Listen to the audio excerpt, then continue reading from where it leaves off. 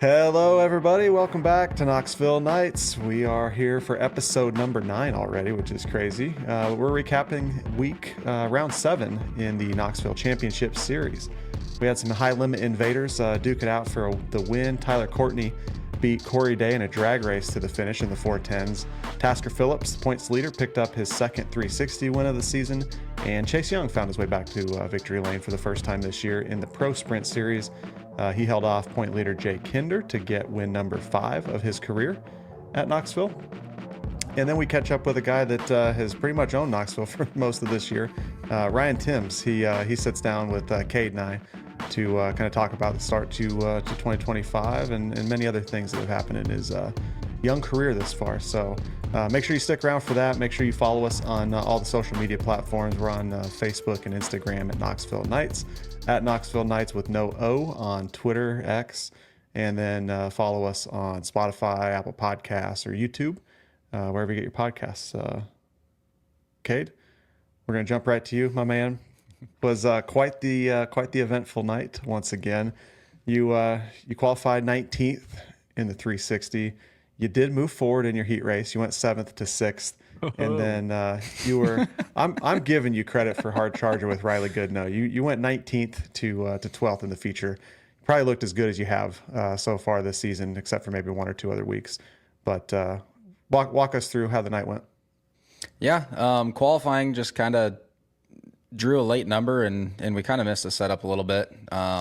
We've been working on our car a lot, and we thought we found some stuff that was going to fix it, and it didn't really fix it. So heat race, we kind of just threw a curveball at it, and it actually worked. 7th to 6th, like Blake made the ooh. It doesn't really sound like much, but yeah, and we got a terrible start, and kind of had to work our way back up through there, and we ended up catching Sawyer, and just ran out of time to do anything with him, obviously. But it felt good to actually have a race car that felt like a race car again there.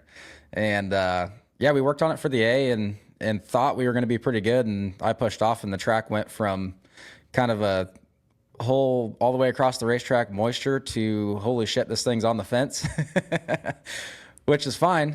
We just weren't quite ready for that. So honestly, we could have been a little bit better, but after the couple of weeks we've had and kind of tearing some stuff up, 19th to 12th is obviously not a huge set the world on fire deal, but good little confidence boost, and definitely feel like we have something to start on next week qualifying. Hopefully I prove that we know what we're doing. It was a good run. It's good to see you moving. The 7th to 6th in the heat. Not many guys were moving in heats, right? And we'll talk about that with track state. But yeah, it was qualifying, same thing. Just track state was different. Sawyer was like the first one out, wasn't he? He was. Yeah. Quick time. So that's how it was. The top 5 was pretty much right there. But no, good to see it happening. We'll wait for that top 10 again. It's getting close. So we'll see what happens. But good to see another good run up through the feature. At least you're passing cars. I think that's the biggest thing in a race like this. Before we start general, Josh, I think this is just a general thank you to everyone who watched last week's episode with Dennis Gainey. I wanted to say this. That was our most watched episode on YouTube so far. I believe it's our most listened episode on Spotify and all these others.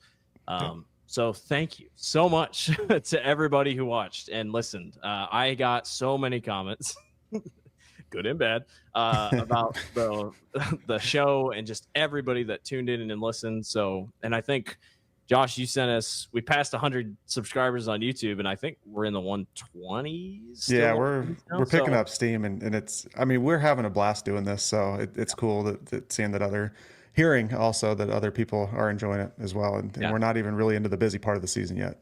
It's awesome.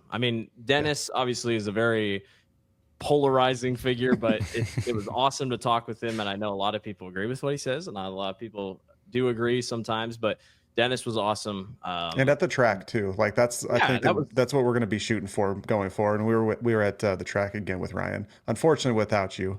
I was a little overheated. The AC broke in Tony and I's booth this week, and it got up to close 90 degrees in there.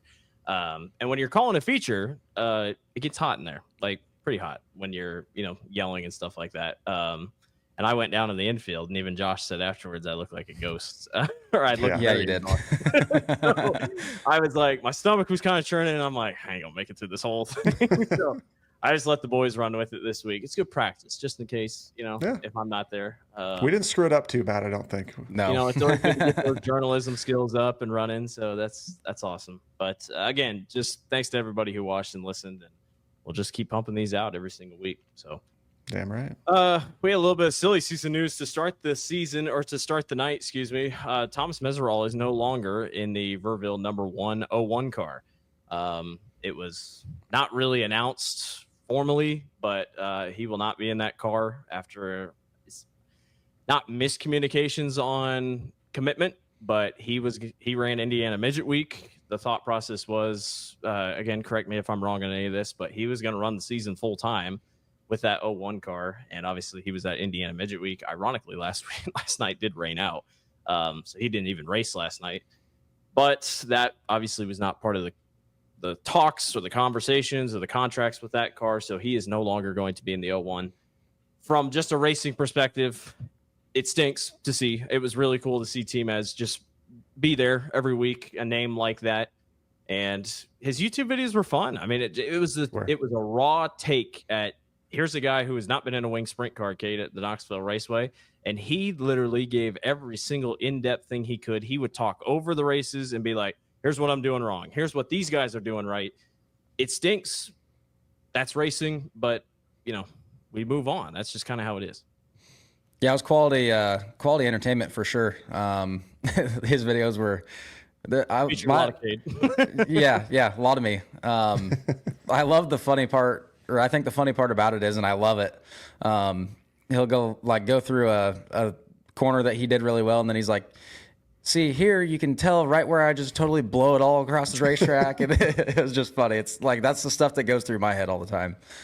But yeah, from what I understand, like you said, just a miscommunication on scheduling, and I really can't blame the owner if he said he was going to be there. Yeah, got to put somebody else in it.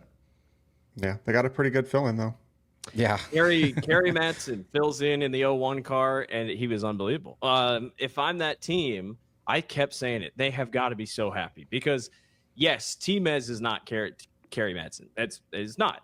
But you put a guy in there that has a lot of experience. That car was fast, and I think if a little bit different track state was great. We'll get to that, but a couple more things fell Kerry's way. That car was going to be fast, and if Kerry is in that car the rest of the year, which as of right now, that seems like that's going to be the route, that Kerry will just do double duty. Not only is it good for the team, it's really good for Kerry Matson, because I think it showed last night. Kerry ran top 5 there, went into the feature, ran top 5 in the 410. So happy for Kerry Matson, happy for the 01 team, their first top 10 of the season, first top 5 of the season. They showed great speed. It's a great crew that I've talked to. And, unfortunately, no Thomas Meserol anymore at Knoxville, but happy for Kerry Matson. Kaylee Bryson was also back in a 360 for the second straight week. Again, just trying to get the footing. She was not originally scheduled to be in the car. Her schedule at the beginning of the month said that she was just going to run Knoxville once. I think she enjoyed it to enough of the point where she wanted to come back, and she knows that she needs more laps because the plan is for her to run the 360 Nationals. She was in the B main and made it through. She drove and won the B main. Yeah. I'd have to go back and see the last woman to win a B main at Knoxville. If I had to guess, it'd probably be McKenna Hassey, but that's that's really cool for her. Ryan Bickett unfortunately blew up. I feel so bad for Ryan Bickett. He had like a 5-second lead. He blew up. That led to Kaylee winning it, but good for Kaylee Bryson. And for her, Cade, 2 races you get under your belt, but I think she might want another one because there's never enough laps to get at Knoxville. But still, she's learning. She was hitting the bottom pretty well last night, for all things considered. Yeah, Josh and I were talking last night and even a little bit before the show. From last week to this week, she improved tenfold, we think. Yeah. Just laps, and it looked like she got a lot more comfortable and definitely got more in a rhythm, I feel like, this weekend, and it showed. And speaking of drivers that have YouTube channels, like I saw she posted a video also. Yeah. And it kind of alluding to what we talked with Ryan about some bad habits that you can carry over from non-wing stuff. She mentioned that about how like setting it too much into the corner and making sure, trying to get it straighter. She wasn't. She didn't want to lean it on the right rear or on the left rear. Like she just said, you just don't think it's going to pitch in the corner and go. She also said dirty air. She said, I got in dirty air and that thing went straight. I mean, we talk about it all the time. And everybody, even T-Mez said it when he started. He's like, wing guys don't get enough credit. And I think obviously for UK, that's a compliment because it is hard to do what you guys do. And it's cool to get these other guys come in and girls come in and do this and have fun doing it. So we hope to see Kaylee back one more time or a couple more times here before 360 Nationals, but it's awesome to have her at the track. Christopher Traum was in the 2KS for officially the first time. He did not run, or did he? He didn't run the night before on Friday night with the Outlaws. So, yeah, so Ian Madsen was in the car at Jackson Motorplex. That was awesome. That was so cool to see Ian Madsen back in the car. I'm sure everybody was happy to see that. He made the feature, which was really cool. But Christopher Traum, it wasn't a good night. It wasn't a good omen to start the night, if anything. It didn't fire in qualifying. They tried to run it a couple times. It didn't go. And then he got in the fence during the heat and he damaged the rear end. And unfortunately, his night was over. I think he's going to be in the feature. If not, he might be in the draw here for Husitz, but he's back at Husitz and was able to make it through. And Cade, we talk about confidence, but first night, new team. Expectations are high through the roof with that 2KS team. There's no way last night was a fun night for Christopher Traum. No, not at all. It was definitely aggravating, and I didn't ask to figure out what the issue was with qualifying and why it wouldn't fire. I'd imagine it'd be something with the box issue. But yeah, it kind of, I don't know if it kind of pissed him off, and he kind of was just trying to make as much ground as he could in the heat race, and I heard it hit the fence, and I was like, what in the hell was that? And then, yeah, like it said, just knocked the rear end out of it, and I'm sure it probably had some frame damage when it did that, and they probably just decided to park it for the night. The pride of Gympie, Queensland, Jai Corbett was in the field last night for the Eikenberry 25. I see what Josh tried to do there. I'm glad I looked. For anybody that didn't, I'll tell the story just real quick. We were watching Houston last week, and I saw that 25 car, and I said Huckleberry 25 instead of Eikenberry 25, and that set these two guys off. I mean, I thought it was the funniest thing. Huckleberry and Tom Sawyer were dancing about the 25 car, but Eikenberry 25, awesome to see Jai Corbett there. Tony said when he went down to Australia, Jai and that whole group were really helpful to him. So really good group of people. Good to see Jai in that car. And then Danny Sams was in the Team DGRD 6T. Dennis kind of alluded that to us last week after the show when we were talking afterwards. Good to see Danny Sams in that thing. Just kind of a shakedown of the car. I'm sure Dennis would tell you he would have wanted more speed just out of the car. Danny is a phenomenal race car driver. But wasn't in his normal 24. So really cool to see Danny do that. I was very happy for Danny. There were rumors a couple weeks ago that somebody in the high limit tour was going to drop off the tour, and Danny's name was being thrown around a lot. And Danny just flat out went on Twitter and said, "We're not dropping out of the tour," underneath one of those comments. So Danny's pretty cool, but good to see those two guys in the track as well last night. Absolutely. But, we've seen many Australians come over here and have success. So, it'll be cool to see what Jai can do over here. He's in a good piece. We've seen that 25 be really fast and fast with Aussies in it. So see how that runs. And you never know what the Danny Sams deal will be with Dennis. He's got a million cars that he puts out there. So, and you never know what Dennis is going to do. Exactly. You just have to look for the letter that's on there and try to figure out who's in it. Yep. Tony and Mike Roberts drove by, it might have been them. I can't remember. Somebody asked Dennis how many cars he's got next week, and Dennis responded, "Which night?" So that's just how things go for DGRD. But Dennis was in good spirits. And then finally, let's talk track state. Best track state of the night of the year. What did you say last night? I think so. I'd say up there. I was really worried because the weather was so weird. It misted and rained, not heavy rain, but it rained on Saturday morning, just kind of on and off. It faded away, which every forecast was wrong. They said it was going to rain Saturday night. So clearly, whatever John McCoy, what he used, he emailed out exactly what was going to happen. He's like, it'll miss a little bit. Sun will clear out in the afternoon. And guess what it did? It misted and it cleared out right in the afternoon. The sun came out. They put so much water on the track. The sun came out and then it went behind the clouds. I'm like, we are screwed. We're going to be doing this forever. Hot laps took a little bit. And then Cade, call me crazy, but man, I felt like in the heat race, especially your guys' qualifying, we had a track state that looked like the end of the night on some nights. Like, am I wrong to think that? No, for sure. And I think a lot of it was that the bottom was still kind of greasy and it hadn't really blown up the racetrack yet. And I feel like that's kind of what happened in the 410 heats. It pretty much looked like the iRacing track reset. And that's what got us for the 360A. Like, I thought it was going to stay and kind of be like last year was. And I was dead wrong. It was pretty slick. And like you said, probably the best track state we've had all year as far as competitive racing, for sure. When did Blake, how dare you question the Duncans? Don't you ever do that again? I wasn't. When did they knock it down? When did they thin out the cushion? Was it after the 360 or the 410B? 360B, right? Because they ran the 410B on the fresh track, I think.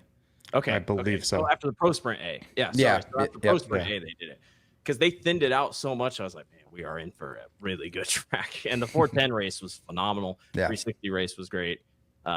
Sliderville, Knoxville is the best track state. It is so good. And I knew when I got up there, I'm like, Cade's got to be smiling. Like, I knew there's certain track states that I'm like, all right, Cade's gonna hate this. But then I was like, all right, Cade's got something here. But yeah, shout out to the Duncans. It was a great track state, and with that many cars, we almost had 90 cars. Very good. It's gonna be really hot this week, so watch out. This is gonna be a phenomenal surface for the Outlaws. Josh. That's exactly where I was about to go to. Like, I'm curious to see, and I was texting with someone earlier today to kind of get an idea of what we might expect, and who knows. You know, I think that we'll probably see a little bit more juiced up maybe on Friday than we'll see on Saturday. But I'm not like Blake, and I don't question the Duncans. I know that they'll do what they need to do. Good chance it'll be just under 100 cars on Friday, and then Saturday. I think we have over 100 between 360 because we have about 25 owner points 360s. Would you say, give or take? So yeah, I think we're going to have over 100 cars in the pits on Saturday night. So we'll talk about that a little bit here when we give our preview for the week, which I realized we didn't put anything in the notes on the Outlaw stuff. So we'll just have to make it up as we go, but we'll just roll with it. All right, let's go to your pro sprints. Mike Mayberry had engine issues, didn't even unload. So did he bring the car? I just saw the trailer. Did he bring the car? Does anybody have? Josh, did you just write that down because you thought he brought the car? I didn't think he brought the car. I don't know if the car was in the trailer, but the trailer was there. The trailer was there. Yeah, the word on the street was that he had motor problems like before he could even get to the track. So it's been like a season from hell for that guy. Yeah. He was in good spirits when I chatted with him just for a quick second. Dave Seddon was in that car. We'll talk about Dave here in a little bit, but that was a Mike Mayberry car, Dave Seddon's car. It looked great. Car looked fantastic. Really nicely painted up and wrapped up. So Mayberry was helping out on that thing. And I saw a Facebook post like Dave, he's used to drive stock cars is my understanding. And then it was just kind of obviously his first ever start. And again, we'll talk about that in a second.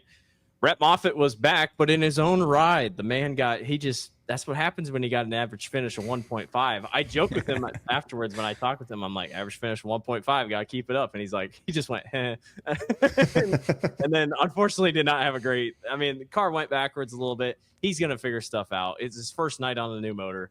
The chassis is Matt Allen's that he bought off of him. A lot of the stuff is new, freshly got. It's good to see Brett back at Knoxville, and it seems like the end game is he wants to run a 360 eventually. Yeah, definitely good to see him back, and I'm excited that he's got his own stuff now, and we can kind of see where he ventures with it. I don't know how much racing he's going to do or if he's going to venture out to other tracks or not, and we'll probably see more of that when he gets the 360 stuff like we were talking. But yeah, super cool to see him back again, and yeah, it's exciting to see him with his own sprint car and doing his own thing. Flatbed trailer. That's right. Flatbed and the pickup. We'll see for how long. Yeah, well, let's watch next week. Yeah, money.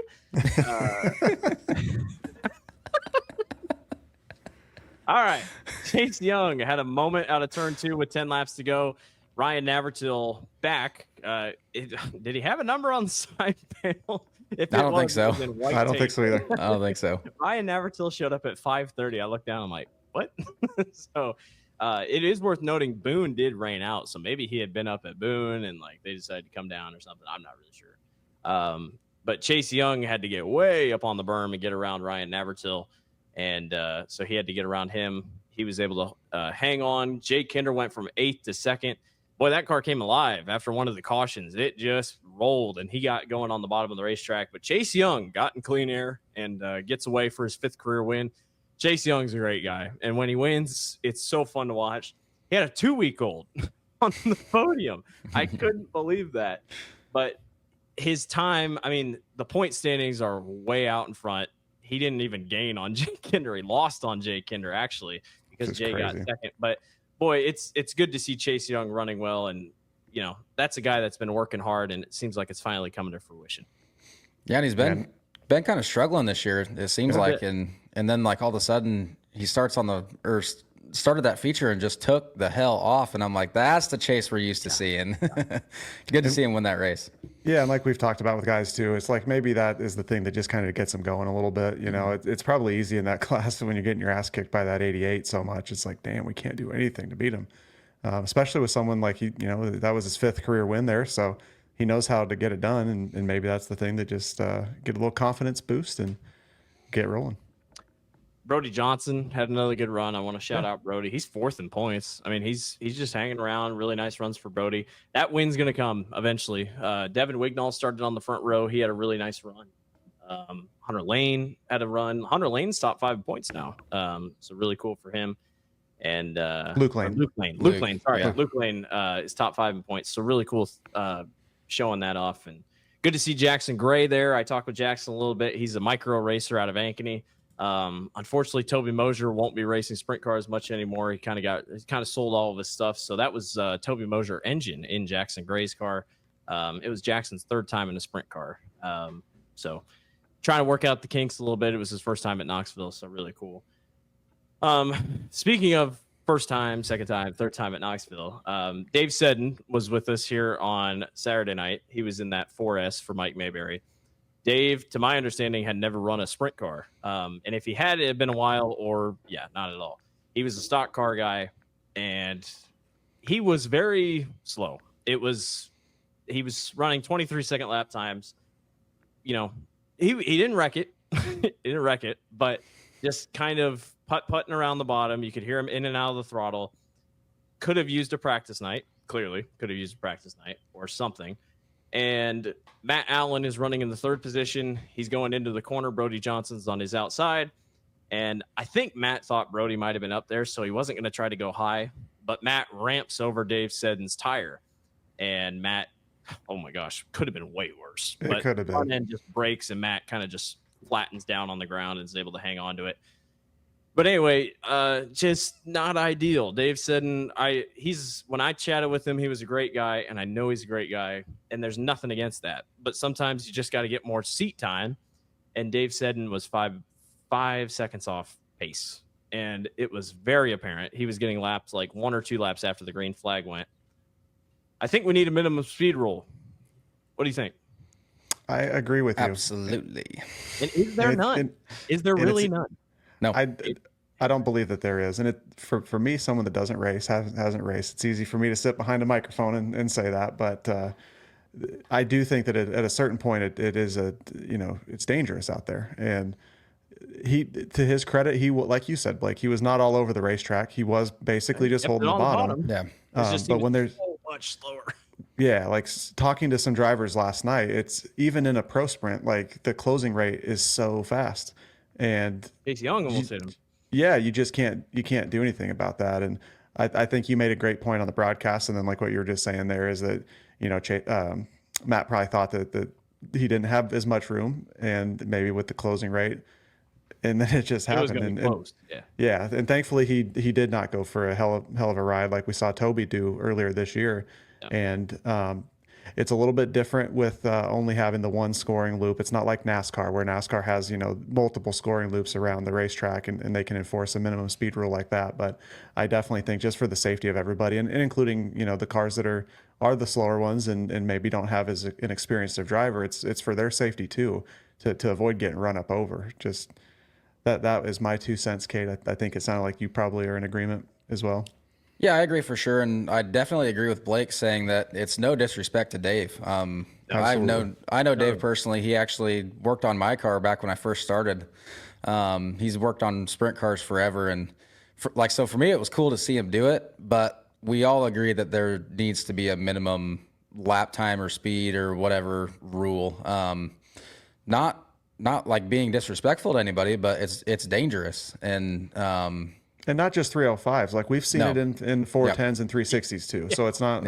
It just this happened. So yeah, it's not like we're picking on one guy. I mean, it's No. an occurrence that happens at least once or twice a year. He said in his Facebook post, it was the dream come true, and I'm happy for him because I bet during qualifying or hot laps, I bet he was smiling, and he would be. I mean, that's awesome to be able to run one. But yes, it was dangerous, and Ryan Avertill was pushing that same thing. I mean, Ryan was quite off the pace, pretty slow too. So yeah, it's just kind of one of those things that yes, probably need one. I know they were really debating it in the tower. I mean, they were like, hey, this guy's pretty slow. And then unfortunately, just before I think they were about to park him. It sure sounded like they were about to park him. Matt gets over the tire, and that was it. So it was good to see Dave in the car. Who knows if he'll be back, but cool nonetheless. And it sucks for Matt Allen, who just feels like he's been on tough ends of luck and whatnot here lately, and it sure did take out the left front of that car. He tried to pull it down and he got stuck right next to the guardrails. I don't know if you guys could see it from your pit, but I could. He pinched it on the concrete, and I was like, that's kind of embarrassing for him, but yeah, not ideal. So you have to make this minimum speed rule. I might be going home early.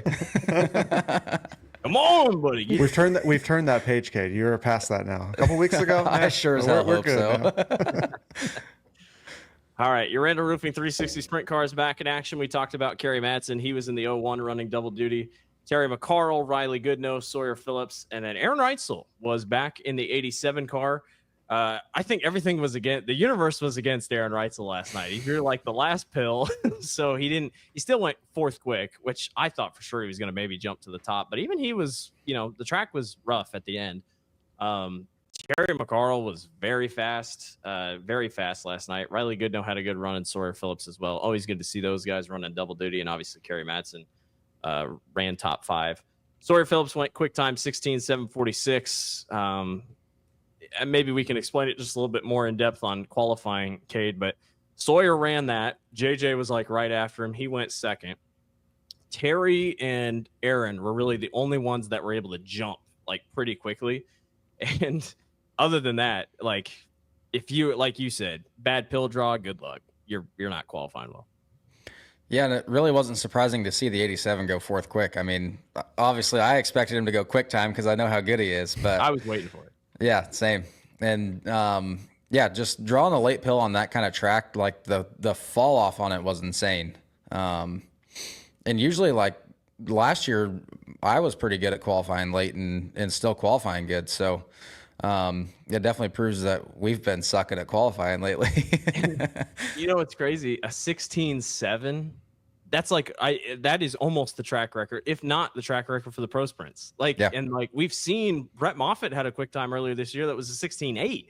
So when they were was your time, did you crack the 16s or were you in the 17 flats? Cade, do you remember? Honestly, I have no idea. I just knew that we were on the brink of even making the A main right off the bat. 19th, you were probably in the 17 flats, but that's not I kept looking down at the sheet. I'm like, man, these guys are crawling, and you guys were sideways. Everybody was trying a diamond. They were trying to slide themselves. Like nobody could seem to get it right. And the problem, Cade, was I think you can correct me if I'm wrong, but it was the track was getting wide, but then the bottom was still really greasy, and so you couldn't run it down on the bottom because you just would slip up out of the groove. So you're for you ran I think all 3 of your laps up top, and it gets to be so long around there. Guys that went out earlier, they didn't have that long of a route. Yeah, and I found out after qualifying that guys were going to the bottom and making it work, and I'm like, damn, wish I would have known that. Somebody didn't watch Dirt Vision in his car. Yeah, I'm just up here like an idiot, just buzzing all 3 laps around the top, and I'm like, hell yeah, this is fun. Then I'm like, oh yeah, we're going for time. I'm just trying. Yeah, I guess not. Aaron Reitzel and Ryan Giles were our biggest movers in the heats, all just +2. That tells you what the track state was. Dustin Selvage picked up his 23rd heat race win of the year. Congratulations to Dustin. He was celebrating after the races. Was he really? He was. Dennis said on the podcast last week, he's like, I think we've won every heat race we've been in. And I think he's right. I mean, Dustin just keeps in his tweet where he always says what his family says. I think either his wife or somebody said, well, you got heat race winning down. That's all you got to worry about. So he's a great follow just for his Sunday morning post. Yeah. And I think he got top 10 last week. I think Dustin got top 10. But that's why, 10th. Yeah. And Cade, when you went up just +1, and I was like, woohoo. Like nights like last night, if you gained 1 spot, guess what? That's a lot of dang points. I mean, considering it kept you out of the B. Yeah. It did. That was the only saving grace. Yeah. If you would have finished 7th, you would have been front row of the B. So it's like, I don't know. It just one pass like that. That's why, like in 410, when Tim's went 6-1, you're like, oh my gosh. But totally different racetrack too, though. It was. Unfortunately for Ryan Giles, who came in just 63 points behind Tasker Phillips, he breaks a camshaft spud. We'll ask Kade about that here in a second. It was he didn't even make a lap. He was going to start 4th, and something just broke. He was kind of on the outside. No, did he make a lap? Yeah, he did, because they came off of turn number 4, and he was like slowing. We went complete restart though, right? Yeah, it was complete restart because Clint got passed by Tasker on the first one as well. But anyway, it broke, and then Matt Morrow came running over to the gate trying to see what was happening. Explain camshaft spuds to us here, Cade. So the fuel pump and power steering pump both run off of each other, but they both run off the cam. And there's just a little spud that you can, they're changeable. They're just thread-in Where little in the inserts. car is this? It's right underneath your... Right underneath the steering gear. Yep. Yeah, so that spud broke, so he had no fuel pressure, no power steering, no nothing. Obviously, with no fuel, it's not going to fire. And that's not something that you can really just change in the work area. I mean, I'm sure somebody's got it down and they can do it in 1 lap or whatever they tried to give him. But, I saw Matt hauling ass on the big screen when we were under. I love how they... Did you watch Jack Anderson? Jack was hauling ass too. Jack looked like he was working around the defensive edge. I was like, or the whole line, the offensive tackle. He went he almost jumped over when a crew guy will jump over the hood at NASCAR doing a jack change. Like Jack was over the bottom, he was unbuttoning the zoot bolts. I'm like, oh my gosh. And I hope I'm not misremembering this or misquoting him, but I think Matt said that was the first time he's had that happen to him in 20 years or something like that. Yeah, I was just about to say does that not go bad very often? Yeah, I was just about to say that's not a common thing that goes bad. And if it goes bad, you catch it before it breaks, because they usually just don't break. And he said if it would have been bad in the heat race, they would have totally been fine for the feature. But it's just like you said, you just don't have enough time, especially in that situation, to get him back out. Yeah, it's probably a good 15-minute fix. And it sucks because it probably killed his championship hopes, unless there's something that happens with Tasker. We can talk about points here after. There was a little bit of controversy afterwards because Ryan went a lap down, and then we had another caution. So Ryan went back out, or they tried to push back out there as he was a lap down. And usually, even with the Outlaws, if you're a lap down, there's no racing. Because there really is no point to race because you're not gaining anything. You can't get your lap back. So Ryan was going to push back out, and we were very confused on the broadcast because our understanding, Tony's understanding was, you're a lap down. We later learned from John McCoy that it's if you're more than 1 lap down. So if he would have been 2 laps down, then he wouldn't be able to race. So apparently you can race when you're 1 lap down. That's news to us. But you can still improve your spot, if somebody else drops out, of course. So which I guess is why you would try to get back out. Yeah, and especially in the points race, which they were at that. They still are, I guess, but yeah. But yeah, just kind of a tough situation. We'll talk about the points in a second. Aaron Reitzel gets into Tyler Gronendijk. That was that second caution that got Giles a chance to go back out. Gronendijk hit the bottom. The bottom was pretty greasy, and Tyler kind of slid up, and Aaron just so happened to be also trying a slider on somebody. I think JJ Hickle or someone, and just tagged him. Just caught him on the rear. No damage out of any of it. And I said it immediately on the broadcast. I was like, people don't like Aaron Reitzel, but I was like, he didn't mean to do that. That's just inadvertent, wrong place, wrong time, and it stinks for Tyler. Yeah, it definitely gives Aaron a bad look. We all know that wasn't intentional, and definitely Gronendijk's really good at running the bottom. So you put trust in a guy like that, and It looked like Aaron was just kind of trying to slide up across the racetrack just to stay out of Tyler's air once he got to the exit. And I think it was T-Mac was up top at that point. And like, obviously Reitzel wasn't going to make a slider on T-Mac. So I feel like that's the only thing that he could have been doing was sliding across just to stay out of dirty air. And, yeah, about the time he got to the half a lane up off the bottom, Gronendijk got a little free and kind of just backed it up a little bit and ended up just right in the perfect spot for Reitzel to I mean, it looks so intentional, but it definitely was not. It looks like the cleanest spin you have ever seen. You're like, man, if he meant to do it, that would have been amazing. Yeah. And I mean, if you watch for Aaron, I mean, throughout the years, and especially in the 360, like that's a way that he would keep his momentum up. Like he runs that slider line all the time and just is fast as hell. And you can tell that, I mean, he almost wrecked himself too. Yeah. So like that alone shows that it was not something that he was trying to do. It is might screw up some people's narratives, but I think like you said, we're in all agreement there. We did have heat race drama between Reitzel and Clint Garner. They had an absolute duel in the heat race, and Aaron was trying to get to the bottom of Clint in going down into turn 3, and Clint just chops him. I mean, he might have known he was there, he might not have known he was there. He's trying to defend positions. And Aaron eventually got around him, but as Aaron is coming down the front straightaway, coming to the checkered, I couldn't see the whole thing, but Aaron clearly has his hand out or his arm out the window or out the side and waving at him, saying "Good race, man." Yeah, that's saying, probably good what race, was going on. Great race, good sliders, and all good sportsmanship there. Telling me it was number 1. Birds were flying. Cade looked good again. I don't know why you put "look good again." That's kind of finally look good again. Well, yeah, finally. There's no again to it. Finally. I should have put finally. He shows up. Cade, I don't take this as you will, but I truly wonder what your season would have looked like if you didn't have that thing with Ryan Levitt. Because I truly do wonder, because that was a good night, and I keep thinking back on that. I'm like, man, running top 5. And that just really set you back. And you haven't ran that car since, right? Yeah. No, that was a brand new car that we kind of dumped all of our eggs into that basket. And we ran well with it at Stewart. Kind of sucked the first night at Knoxville. And then, turned it around for that night. And it's getting clipped right now. And hopefully we'll have it back here in a week or 2.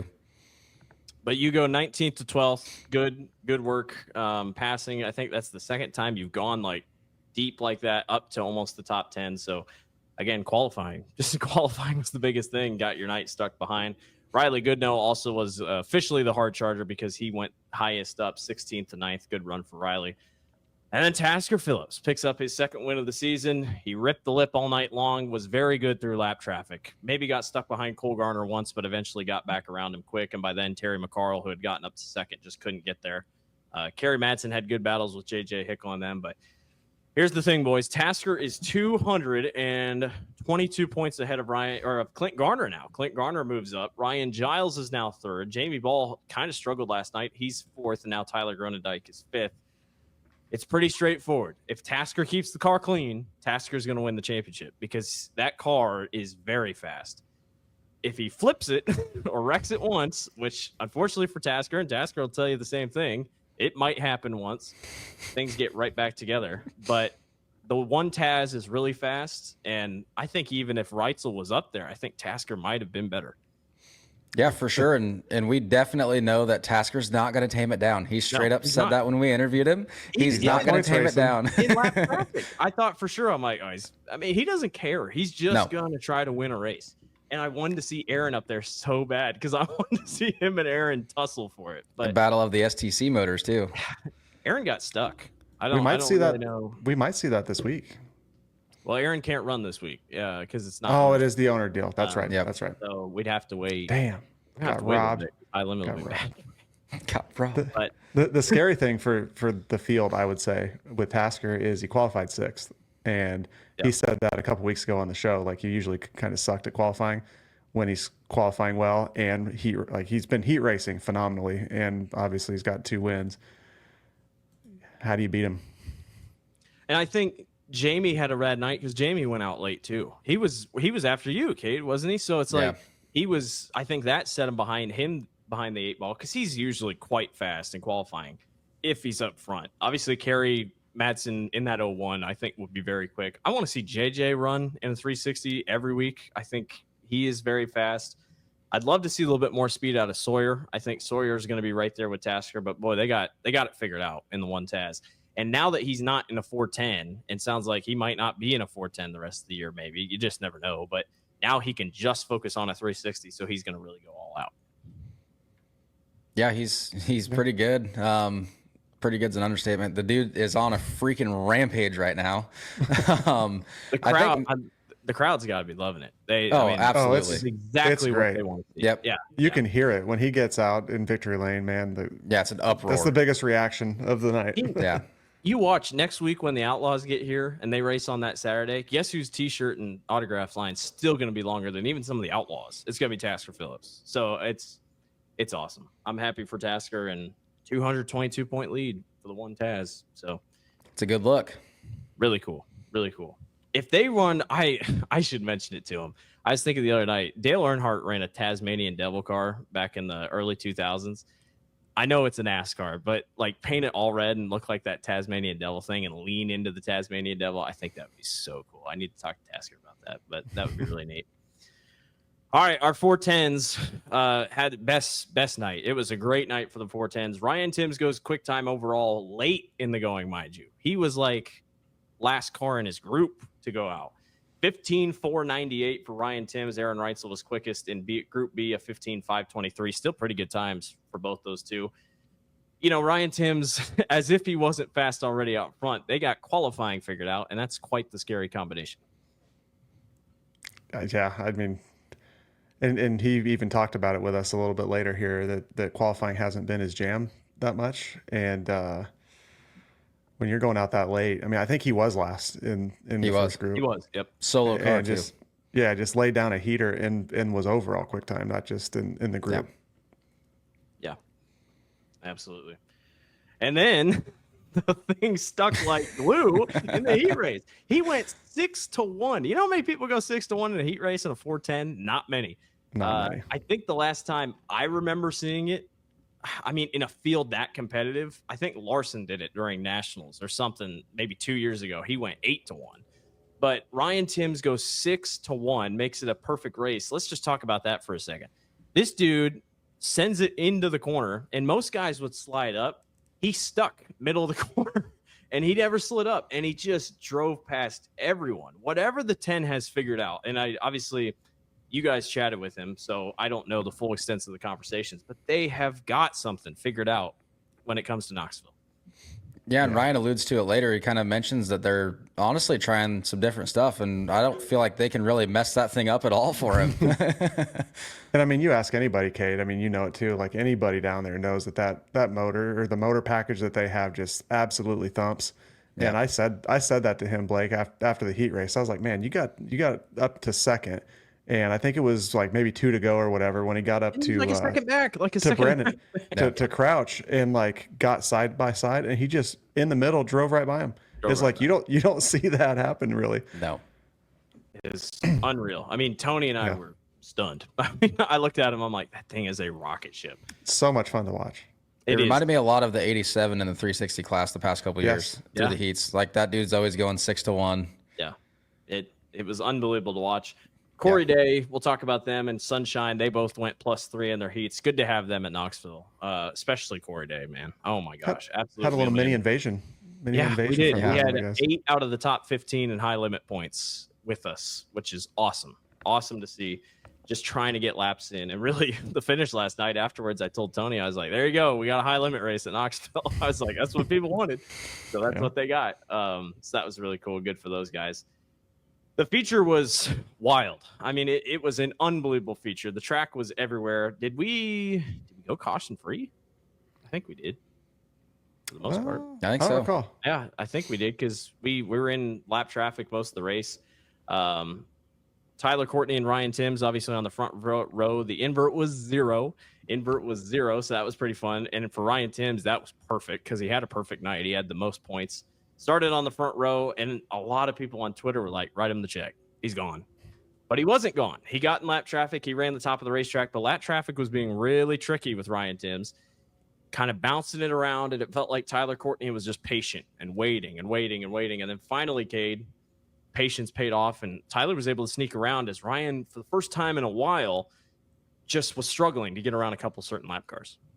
Yeah, for sure. And it wasn't even really like he was driving bad laps either. It was just kind of, they were holding him up just enough to where it would screw his run up. And when you screw a run up at Knoxville and it's up on the fence like that, it's definitely going to take a good lap, I would say, to get your momentum back up. Yeah. And it's hard to race lap cars like that and not try to dirty him up too bad. And we all know that he's a really clean racer as far as not doing stupid stuff like that. So yeah, definitely it made him look human again at Knoxville, which was kind of fun to watch. Obviously it's fun to watch him go on a rampage like he has been, but yeah, Sunshine was just a little bit more patient, and I think a lot of it was the lap cars kind of got off the top after Tim's got around him, and yeah, Sunshine just did Sunshine things, and patience paid off.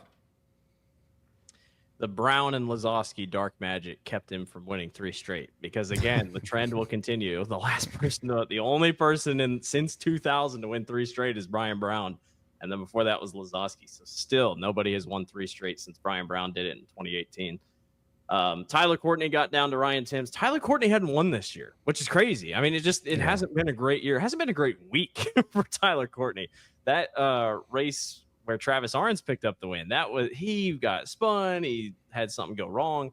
Tyler Courtney was really good. Ryan Timms kind of hit the wall in traffic, Josh, and that kind of slowed him down, and Tyler was right there to pounce. And for someone that doesn't come to Knoxville very often, who has said he wants to get more laps at Knoxville, Tyler looked right at home. Yeah, I mean, defending 360 Nationals champion too. I know this was in a 410, but you do have that. And something that's really fun, like you guys were talking about, getting up in lap traffic and slowing down and stuff, is pull out my race pass and just watch lap times. That's a fun thing to see. Like when guys get in and you can see, you can make up, half a second, 0.7 of a second in a lap. And that is a lot, when you're out there. Yeah. And like, I mean, you guys have already said it, he tripped on the top a little bit more than what we've kind of seen here the last few weeks. And yeah, I think it really just came down to the timing of the lap cars. And we talk about that with him. And then, I think we're about to get to the finish.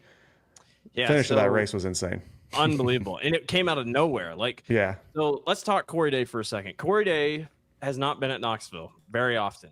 He shows up last year with a full Outlaw 60 car field, and he beats the Outlaws on night 1, which was just like, whoa, okay. And then he comes back for the Knoxville Nationals and runs 3rd. Comes up through the field and finishes 3rd. A lot of people think if he had more time, he probably would have caught Selzy and he probably would have caught Larson. And then last night, and maybe I'm crazy, Cade, and people just don't race like him. I swear Corey Day has this thing where he will slide a corner. And most guys, especially at Knoxville, they'll kind of like ease out of it as they get up to the wall because they know they're going to get there and they're going to hit the cushion. Corey Day does not ease out of it. Nope. He lets that thing slide all the way up, and it kicks off the cushion. It will bicycle off the cushion. That right rear, he doesn't care about right rears, and that's why he's been so good at Silver Dollar when he's won all those trophy cups. That's why he's good at Skagit. That's why he's good anywhere, whether you can bang the boards. There was no boards to bang. Corey Day destroyed the right rear just doing that slide, bump, bump. And he almost got to him at the end. We'll talk about it in a second, but I just wanted to touch on Corey Day. And his driving style at Knoxville is just not what we see at Knoxville. No, he's a super aggressive guy. And what kind of made me go, holy shit, was the lap that he passed Madman. He drove it 4 wheels above the cushion. And I meant to ask Carrie about it, but I didn't. I wanted to know what he thought as this dude just drives by him and goes 4 wheels above it and just makes it through the corner 7 mile an hour faster than he did. This isn't new analysis here, but it's like, I really, truly, like, you see a lot of Larson in the way he drives. Yeah. Like, and he's raced less than Larson this year. And honestly, it's just the driving styles. And it's more aggressive, I feel like. And I agree. It's crazy that he doesn't crash all the time. Yeah. But he blows a lot of tires. I mean, he does. There's a reason why. And he has blown a lot of tires because of that. And that right rear hangs on. Kade, you've driven 410s there. Like, explain how difficult it would be to be living on that edge.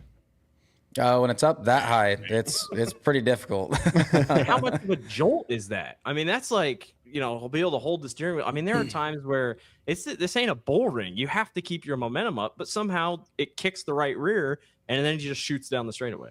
Yeah, it's like he's got a little rocket pack on his back when he does it. It's insane, and it definitely bangs his head off the side of the seat when he does it. It can't feel good going that fast, but he definitely knows how to get around here, and typically in different fashion than we see. We never truly got it, but when they showed that lineup, all I was thinking, I was like, we're going to get a Ryan Timms Corey Day match. That's all I was thinking. I was like, I want Ryan Timms Corey Day so bad, because that's two young guys who in some ways have had similar trajectories on how they've been coming up. And it just didn't work out. But Tyler Courtney, sunshine, shines in Knoxville. He comes away with the victory. It was a little hairy. He was on the top of the racetrack, and he said in victory lane, he's like, well, I was going to go defensive in the corner. So he goes down into turn 3, defending a slider from Corey Day, who really wasn't attempting one. And our good buddy JJ Hickle smokes the burn and kicks right up the racetrack as Tyler is going up the racetrack. So Tyler has to get on the binders. And he's so lucky that Day also slid himself. And Day was sideways, but Day caught a little bit of the fluff or something in the middle and powered it down the track. If the finish line was about 20 feet further, Corey Day would have won, as Tyler Courtney beats Day to the line by 37 1,000ths of a second. Unreal. Closest finish we've had at Knoxville since probably Brian Brown and Aaron Reitzel in the 360 Nationals. Do you remember, Cade, what yours was with Austin? 028. 028. So yours was closer. It was unreal. The momentum that Corey carried down the front stretch was so crazy. And even Tyler Courtney thought he lost. Like, Tyler thought he lost to Corey.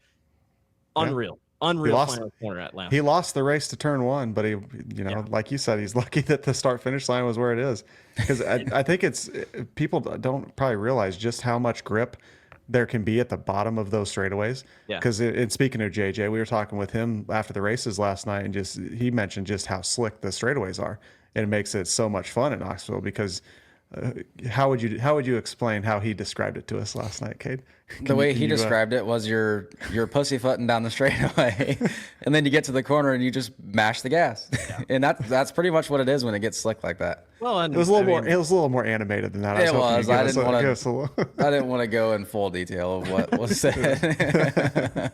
But still, I mean, you look when you did it, Cade, and when Brownie did it, like, they get low. I mean, like, they're not up by the fence doing these photo finishes, because they know the lower you get, the more grip you got. And unbelievable finish, unreal finish.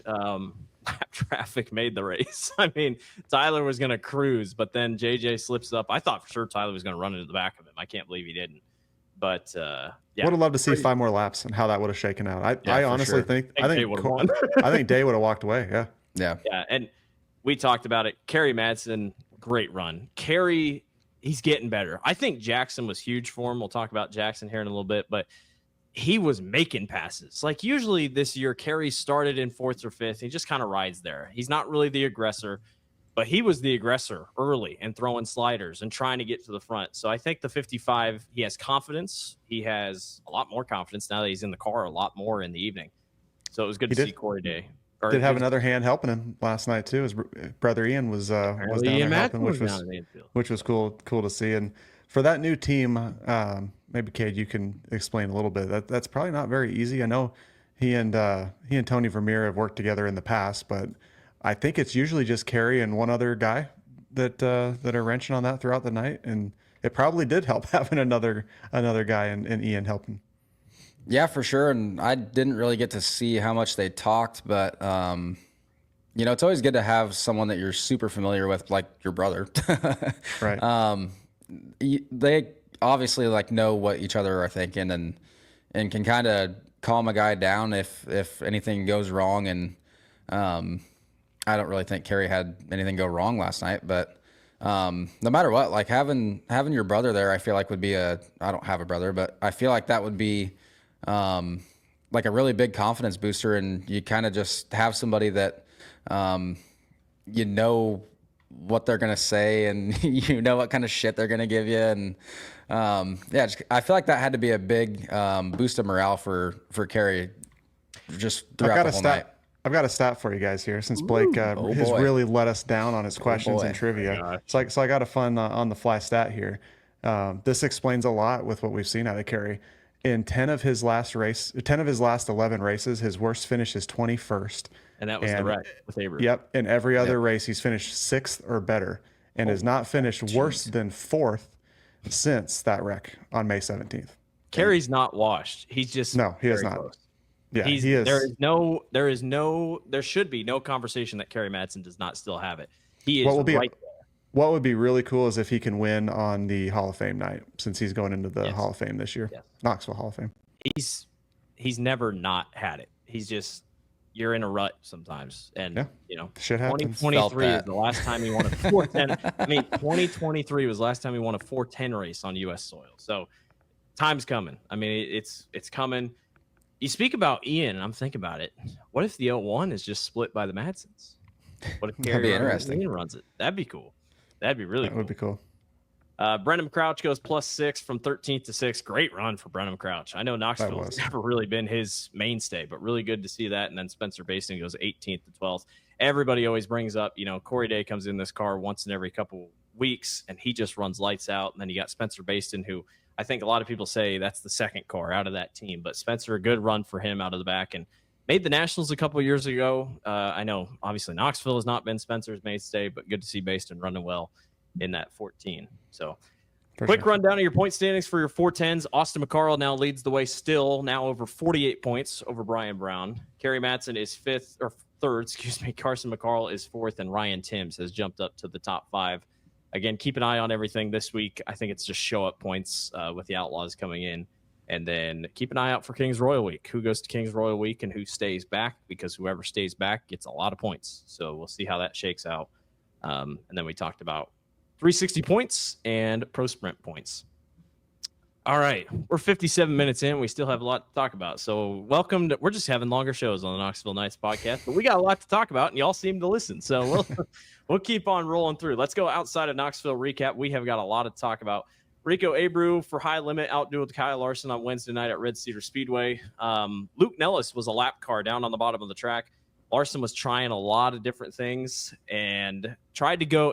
There was a slider. There was a big slider coming, and Luke Nellis was kind of in the way, so Larson just kind of pulled back.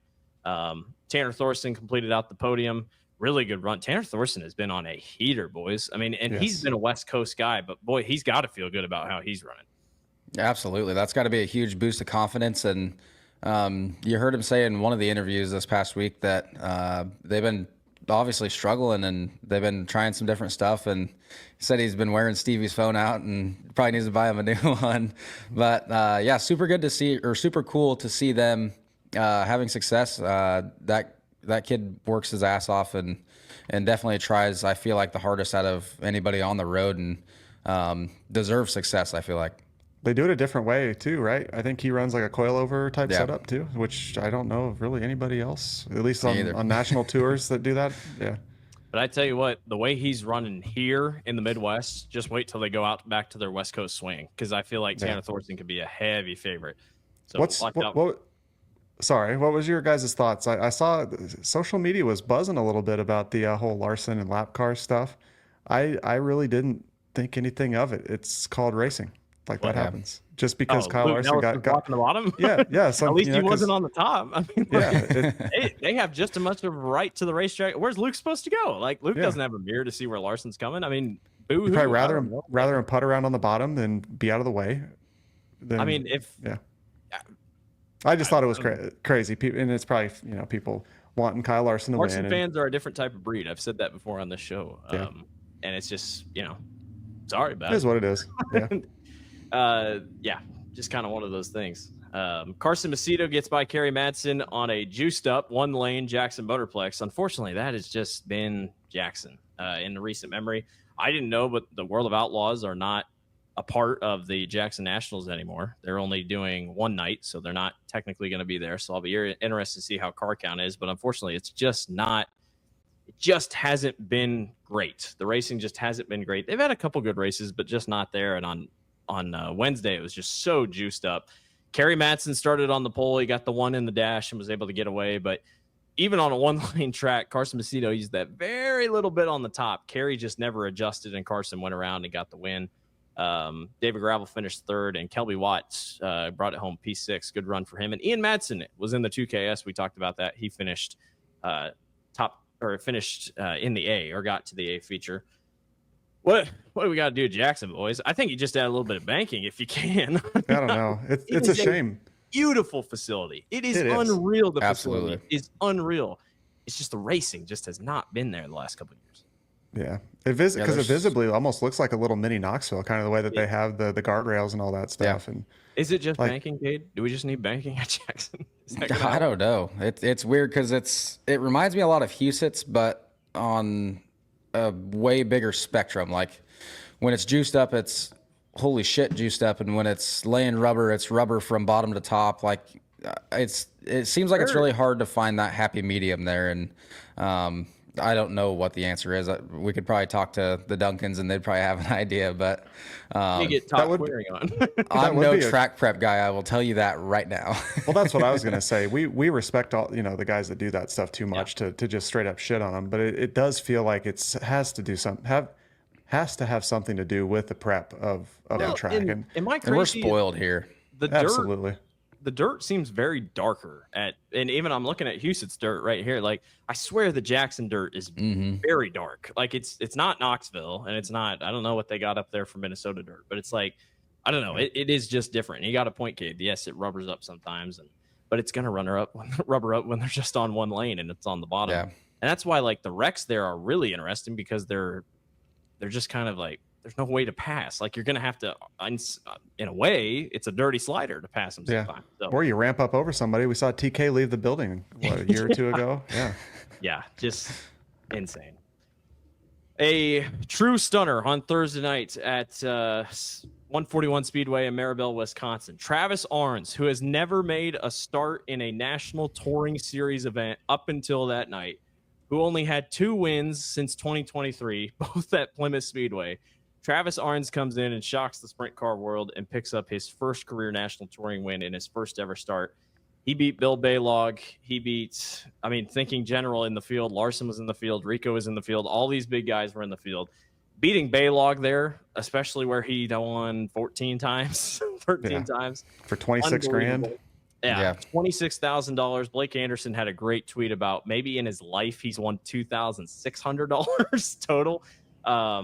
And he said in Victory Lane he's going to buy a new fire suit with all that money. And really, Cade, this worked out perfect for him. The track was so slicked off. He just ran the bottom. And he just ran the bottom all night long, and nobody could touch him. Yeah, and the dude never once missed not even an inch did he miss. He had Baylog ripping the top, pushing him everywhere he went. He never left. He stayed right on the bottom. And he did not miss a mark by an inch. It was just insane. Hell of a drive by that guy. It definitely was one of the big booms for the week on all of social media. It was crazy. You just love to see that, because it makes me think of, like, honestly, like teams like yours, Cade, or just honestly any of the local guys that show up in Knoxville. And it's just like, man, what that kind of a win, and just the win in general, the money that you make off of that, the difference that can make to a team like that is huge, and you just love to see it. And it was the race was also perfect. He never had to battle lap traffic.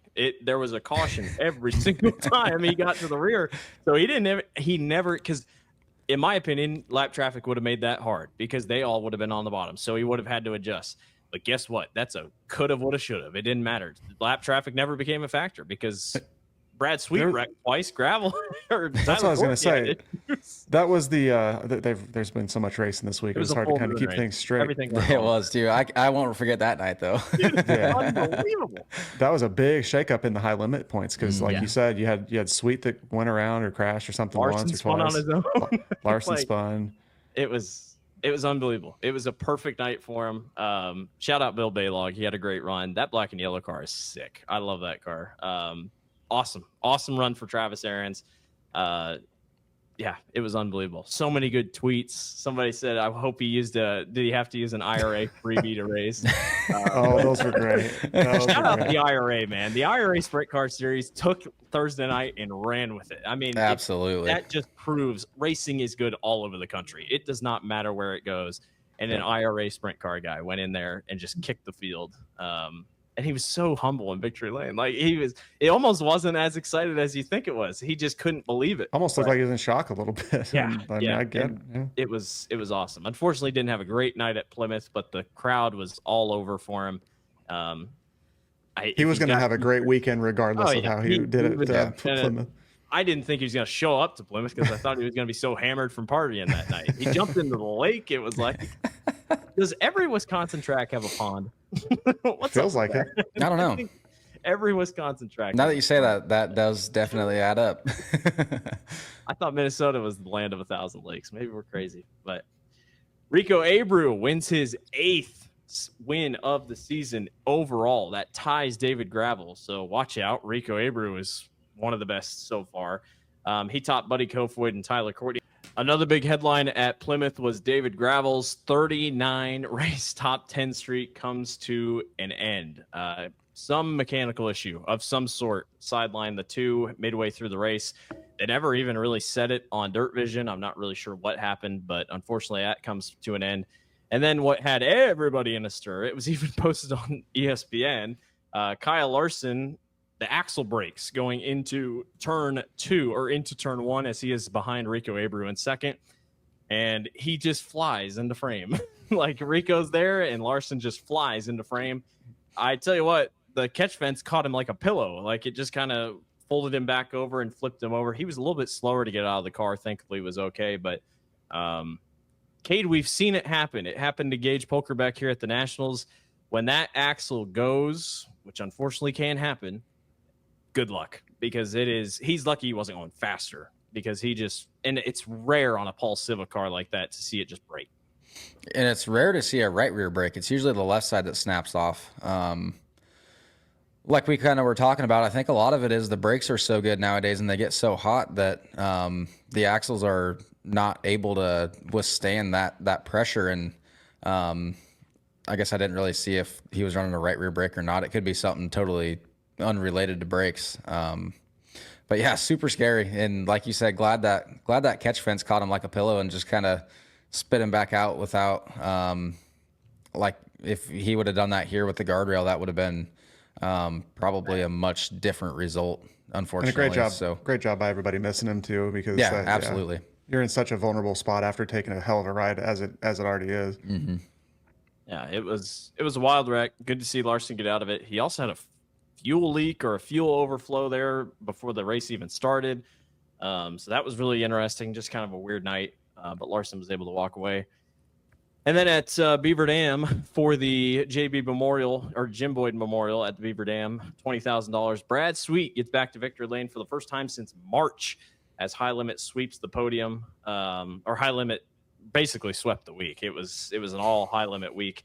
Anthony Macri brought it home second. Sheldon Hodenshield brought it home third. Good run for Brad Sweet. I know he wanted that bad to get it against the Outlaws. There have been so much trash talk this week between the Outlaws and High Limit. That's a conversation for another day. The big storyline in this one was David Gravel got into the back of Cameron Key. David Gravel spun and lost a couple positions, and the Outlaws gave him all of his spots back. He filed right back up to third, and a lot of people were like, what? Blend rule? I don't know her, but it must be nice. It was a wild situation. And David got all of his spots back.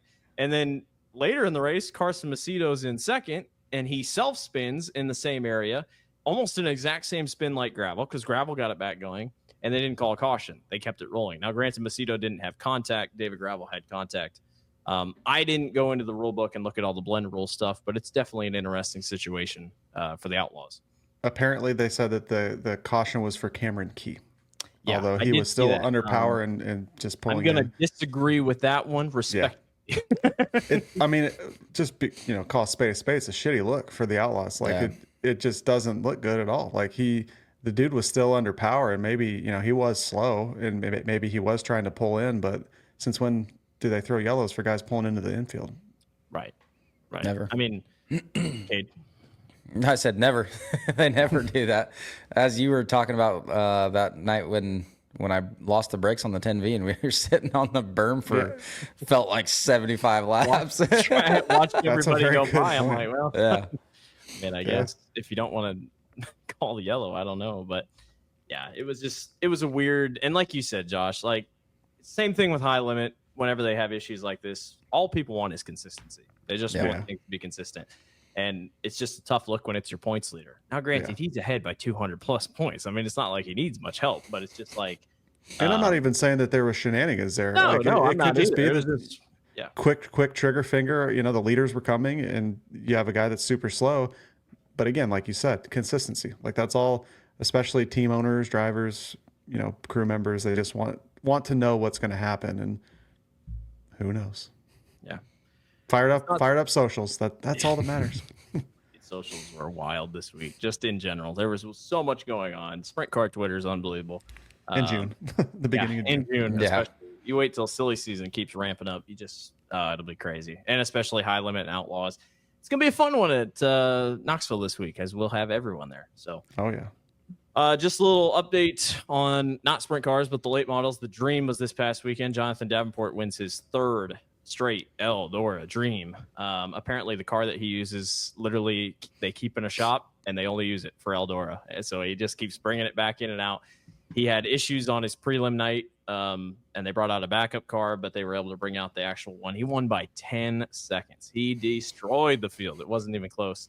It's his fourth Dream overall. And Superman doing Superman things. So really cool to see impressive. That. Yeah, really impressive for Jonathan Davenport. We don't really have it in here, but let's talk Outlaws this week. We have the Outlaws coming on Friday night. It'll be pro sprints racing with the Outlaws.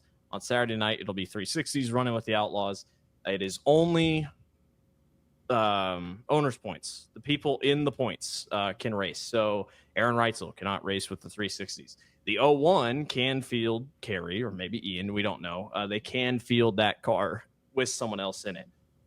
So we'll just have to wait and see. But that's that headline. What do you guys think going into this week? Give me a couple of your guys' favorites. Obviously, our winners here when they got here last time. Rico Abreu won here back in April. And let's see. Let's go three guys. Give me three guys who you think. We'll go Josh, Cade, and then me. And just kind of some storylines that you guys think we see this week. We're going to have 80-plus cars. It is going to be a wild week.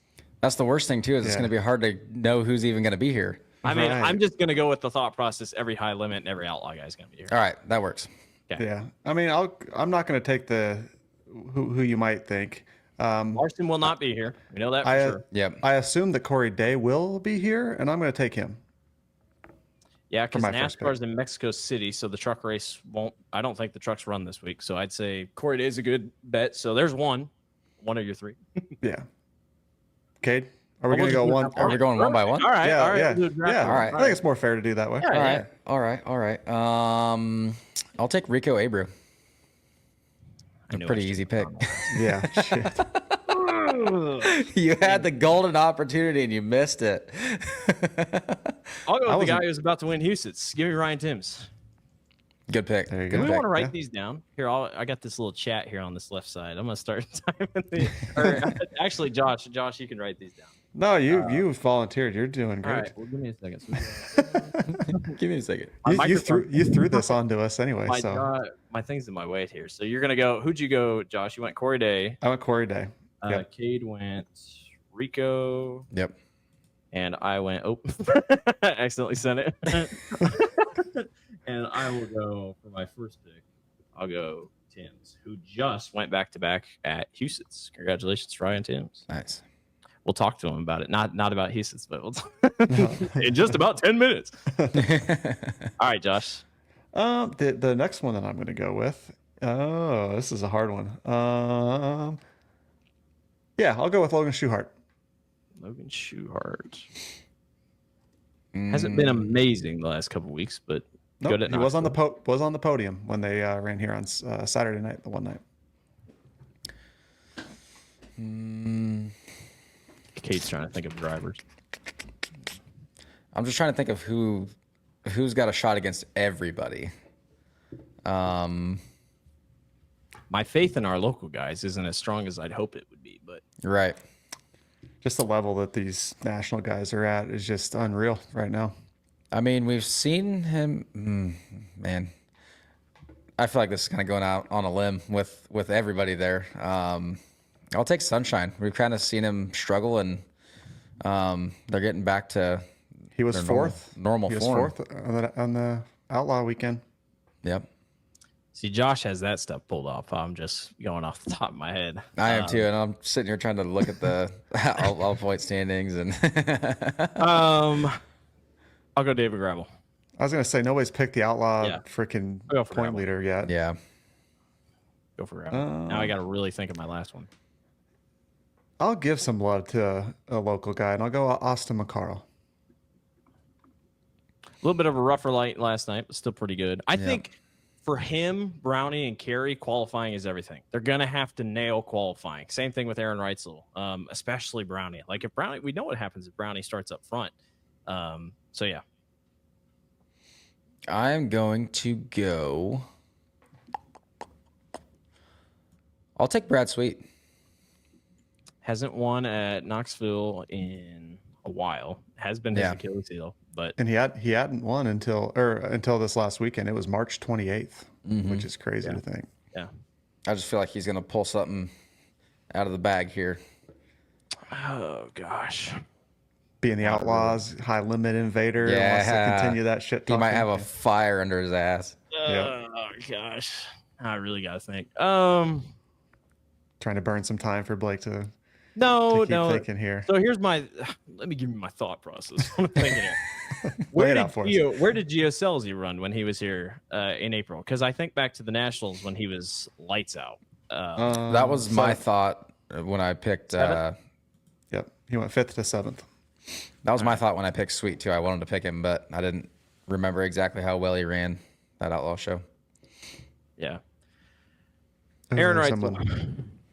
That is a very solid pick at the struggled Knoxville. last night, and I don't think they were happy with what they brought to the track last night. But he also just kind of got stuck. So I'll go Reitzel for mine. So Josh is rolling with Corey Day, Logan Schuhart, and Austin McCarl. Cade is running with Rico, Tyler Courtney, and Brad Sweet, and I'm going to go with Timms, Gravel, and Reitzel. We're going to pick, watch out, someone like Carson Macedo is probably going to come up and shut us all up. Or Buddy Kofoid, honestly, he was a big time mover. I totally Donnie spaced Schatz that. needs a good week. When does Donnie not need a good week at this point? But Donnie, everybody circles Knoxville. Stuck in the B main last time. Was in the C main last time. Non-qualifier. Yeah. Non-qualifier. So Donnie needs a good pill draw, but Donnie has to be better for sure. So keep an eye out for that. Again, we expect the track state to be really good. So it's going to be fun. Make sure to come on out for 2 nights of the Premier Chevy Dealers Clash. And now we will send it. Cade and Josh had a chance to talk to my pick for the week and our other Houston's winner here tonight. Ryan Timms sat down with Cade and Josh after the races last night to talk about his hot start to 2025. We're here with Ryan Timms. He finished, I believe, P4 tonight in the 410s. Pretty stout field. Yep. You had a quick time tonight, won your heat from 6th, put on quite the show. Yep. How would you describe your night? Yeah, I mean, it's a little disappointing to run 4th after the weekends we've been having, but against the guys that were here, like Courtney and Day and Mattson, all them guys, it was nice to know that we're there. Just I myself as a driver need to get a little better around here. Lap traffic was really where I hurt myself tonight, so just keep working at it. And we got the Outlaws next weekend, so that'll be interesting. Yep, hit up Houston tomorrow and have Outlaw weekend next week. Yep. And I'd be remiss, Blake Walker is obviously not here. I guess the AC went out in the booth tonight, so got a little toasty and he's not feeling the greatest. So wish you well, Blake. But yeah, you mentioned the lap traffic. So we were kind of talking earlier in the night tonight that it's kind of a measuring stick here tonight with the caliber. I think we had about 8 high limit guys. How did you feel? I know that nobody likes to go backwards in the feature, but how did you feel you kind of stacked up when you had that extra competition here tonight? I felt like we were just as good, if not better, than all of them, at least for the first 10 laps. And then, out in clean air, it's a lot easier. You just gotta worry about driving your line. You don't gotta worry about air or where the guy in front of you is gonna go. So, once we're on clean air, it's really not too bad, and I feel like we're possibly the fastest car here. It's just when it gets to lap traffic, it kind of shakes things up, and the guy be running the top, and he doesn't know he's about to get lapped, so you lap him, and then he moves down for the second place guy to just keep his run up. So sometimes it's lap traffic just doesn't play out the way you want it to, and stuff happens. Yeah. You kind of talk about not being the most comfortable driver here, which the way you run the top would definitely prove that different. Right. I guess as far as being quote unquote uncomfortable, what gives you the confidence to just go up there and send it like you do? Well, I know my car is capable of winning here, and it's been fast pretty much every race they've ran here, even with Boguski in it, and I know it's a capable car winning. And then when you get on a roll and then you click off 3-4 wins, it's definitely a big confidence booster. And with Knoxville and their, really any race, any format, it's all qualifying. And really, if you can just get qualified, it's not too difficult of a night up until the A main, and then it's like a chess game. So just getting qualified has been the big deal. Besides tonight, I think like the best I qualified is 3rd or 4th. Normally we're between 3rd and 6th somewhere. So it was nice to get a little bit of stuff figured out for qualifying and to get a quick time with these guys. Last car out in your group too. Yeah, right. Yeah. And we saw that. Can't remember if we saw that in the 360s. I might be forgetting, but Sure. Like you mentioned, when we saw Scott in the car, and especially with you two, that thing rips around here and everywhere you go, pretty much. Yep. That has to be a big confidence booster, knowing that you're going to show up and you've got one that's going to rip. Yeah, no, for sure. Before it was, even at the start of the year, I just needed laps, and I still do need laps to go up against these, the top guys. But me and Shane, we're just working together, and he's doing stuff different that he hasn't normally done to make me more comfortable and faster. So we'll just keep racing here as often as possible and get better every time.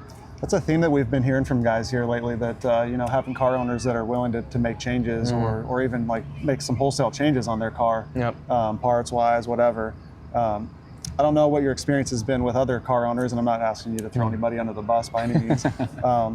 Have you ever kind of been in a situation where it's like, no, you're going to do this and you have to just adapt to it, versus somebody that is open to, kind of listening to you and trying to give you the best piece where you feel comfortable? Yeah, well, normally it still is kind of this way. It's just they give me the piece and I go out and drive, and I come back and I tell them where I need more drive, where I'm too loose, too tight, just kind of simple things. And then I don't say what I think needs to be done to the car to fix it. But Shane will just do what he thinks, and he tries things without telling me, and not that I need to know, but so that I can, and that's how he knows if it works. I'll come back in, I'll say it felt different this way, so it's been good, but for the most part, I just get told to drive. Yeah.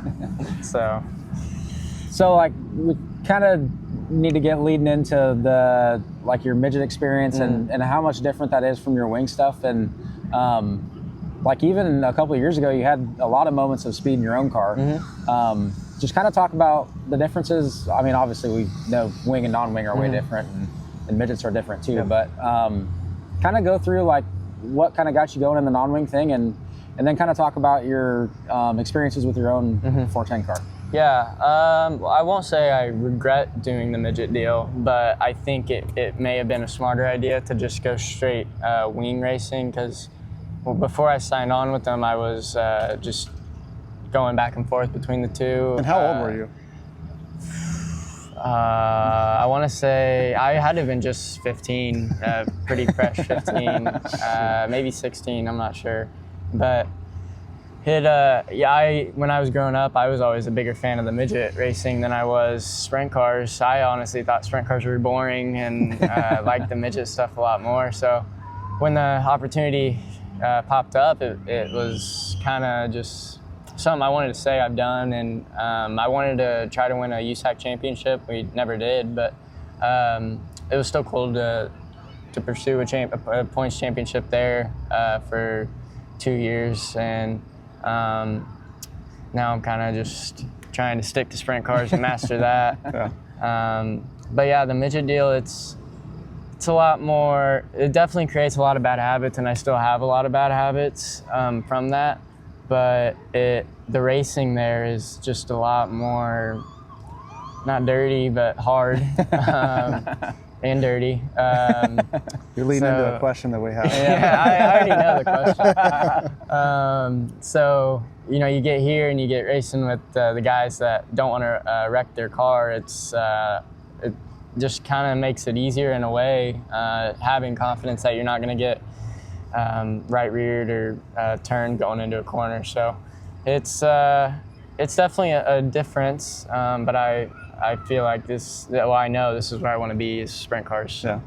Don't want to go into the racing part quite yet, but just for fans at home, we just had the USAC cars here, so you can definitely see the difference on how, you know, they're backing it into the corner and stuff. You talk about bad habits racing the midgets.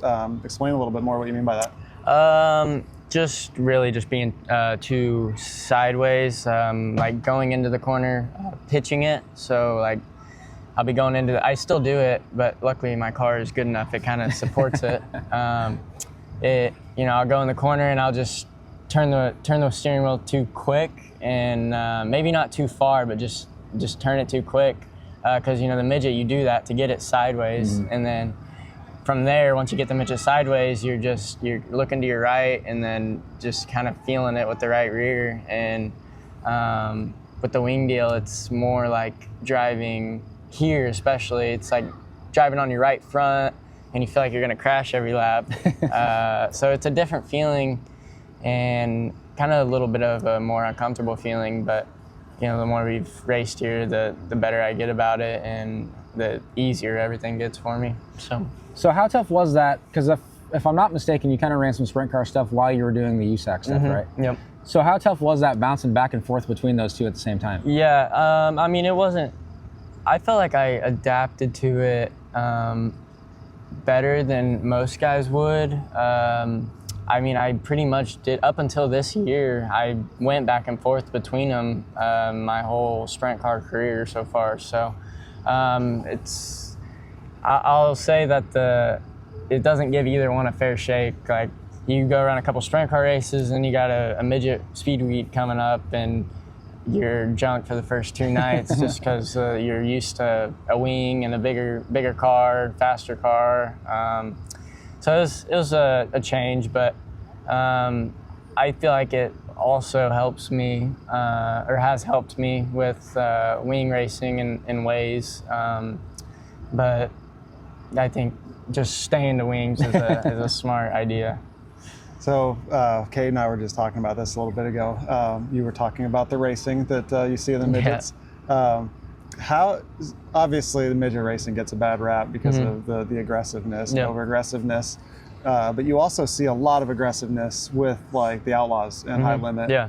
Is it really that much different with the midgets versus what you see in those, you know, top tier wing series as well, or does it get a little overblown because it's maybe younger kids doing it and older guys don't like it quite as much? I think it gets a little exaggerated at times because it's kids, and you know, anytime someone can point a finger at them, it's that they will. And but for the most part, you know, like Outlaw and High Limit racing, it's hard, clean racing. Like, I mean, maybe they bump a little bit, but it's nothing that's screwing the other guy completely. It's just hard racing. And with the midgets, it's and same deal with sprint cars. You slide a guy, sometimes it's not going to be completely clear, but 9 times out of 10, the guy is smart enough to lift, and you both keep going. Where midgets, it's like you slide a guy and it's clear by a mile, and he stays in it and slams into the back of you, and then you're both wrecking or get all jacked up. And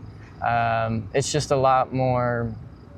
They're almost racing harder in a way, like their life depends on it. Is kind of how it is. And it's almost because they're almost trying to prove themselves. I mean, I never really felt like I had to prove myself in the midget side of things, but That could be a possibility. I'm not really sure, but I think it's just, especially between KKM, there's a lot of competitiveness between all the drivers. You know, you want to be the best KKM car and beat your teammates. So, yeah, I mean, I think it's just guys that want to win bad, and it just happens to get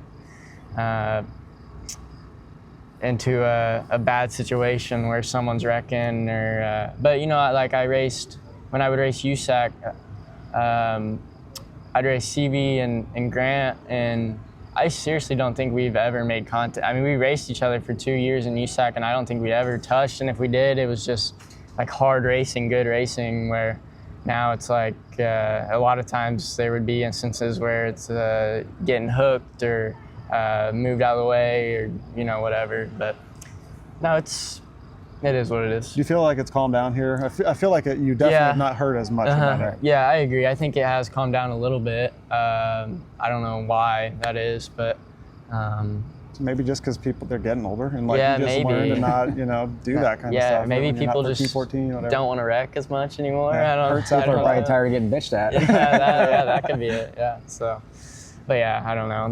I mean, I've had nights where I've crashed guys on accident, and you get bashed for it, but it's not like it's a regular thing. You know, you have those nights, but if it happens more than a time or two, then it's like you can kind of start to question it. I mean, we saw with Reitzel tonight in the 360 with Tyler Gronendijk, you know, like I don't feel like there was any intent there. It looked like Tyler missed the bottom, and you know, Aaron went to slide up behind him. But I mean, you guys can attest how fast that stuff is happening out there. Like, yeah, it happens quick. I don't know. I just saw it from the screen. I wouldn't think that he would do it on purpose. There wasn't really anything for him to gain from it. Right. He almost wrecked himself. Yeah, exactly. Yeah. So I don't know what the deal was there, but yeah, stuff just happens sometimes. Yeah. While we're on the topic of hard midget racing, you've had some really good runs at the Chili Bowl. What are your thoughts on that race? I hear a lot of mixed opinions on, like, even people that are good there. Sometimes they hate that race just because it's a lot of pressure, and and it's a lot as a whole week event. What are your thoughts on that? Me personally, being from Oklahoma, it's the Chili Bowl. I don't know. I wouldn't put it above nationals, but it's a very close second to me. It's just, for whatever reason, the everything that comes with winning a driller is just amazing, and it's the only racing going on during that week and that month really, and it's a very big deal. It's all guys from all motorsports, and it's the top midget guys, and I don't know, it's just being indoors. It's a different feeling, a different environment for sure. I personally love Chili Bowl. I think, you know, the track's always really good, the racing's always really good.